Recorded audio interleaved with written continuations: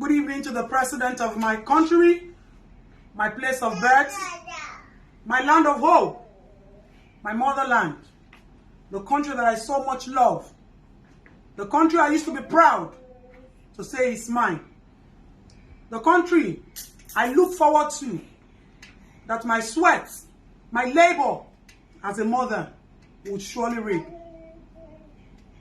The president of this country stands several times to address us, we citizens.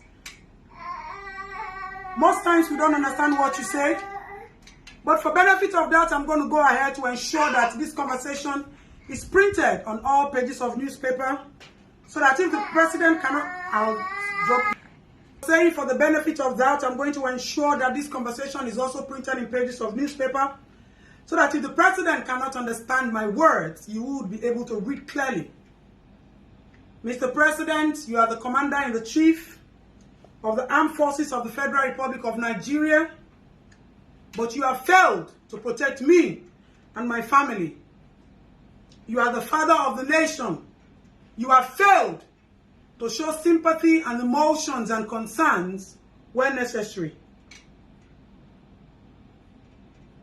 The wife of the president is supposed to be the mother of the nation. She has failed woefully in showing us who and what the power of a mother is. This is not the Nigeria we want.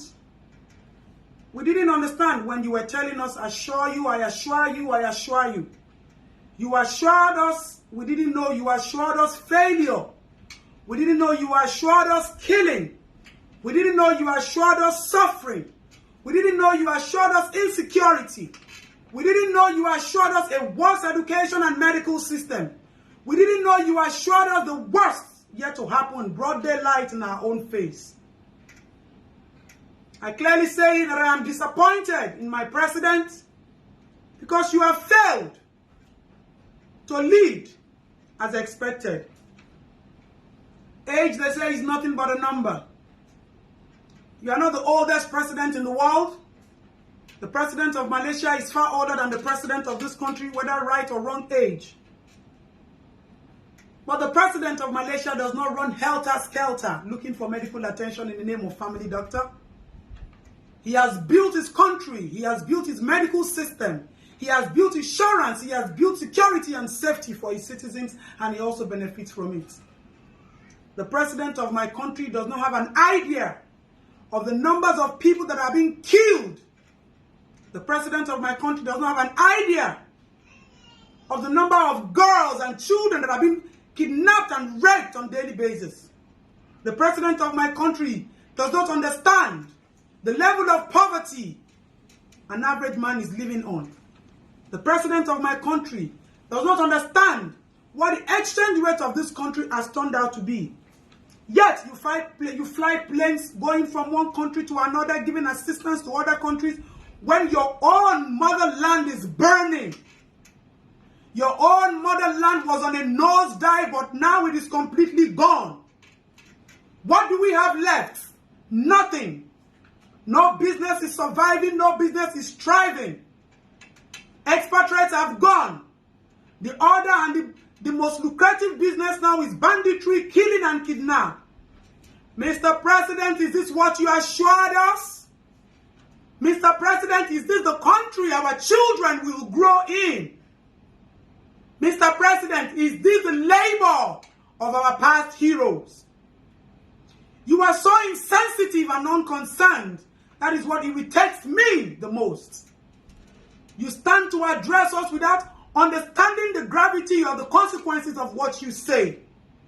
This is a generation that wants change. This is a generation you cannot mess with. This is a generation that understands. Technology is everywhere. We see so many things. Even if you are not capable, your level of education does not make you capable to do things that are expected of this country at this age and time. Why not hire people who have the capacity to do it? Why surround yourself with liars and greedy men who think about what they want to steal and what they want to go home with and the lies they want to tell you? You are a father. Do you take time to speak to your children? The medical system of this country has so failed that people die every day out of negligence of practitioners or lack of equipment. Yet we have people, we have looted funds that are being brought back into this country. We have Desiani's funds, we have Abacha's funds, we have Ibori's funds, we have so many funds. These monies are far more than what the president runs around to borrow. How do you intend to pay these debts? Nothing is functioning in this country. Mr. President, have you sold Nigeria? Let us know. An average citizen is dying in penury. You have so shamed us. Whether speeches have been written and given to you to read, or you write, you have shamed us locally and you have shamed us internationally, and we begin to ask ourselves, how did we get here? If this country is being controlled by political men, let us know. Because definitely, you are not the one in charge.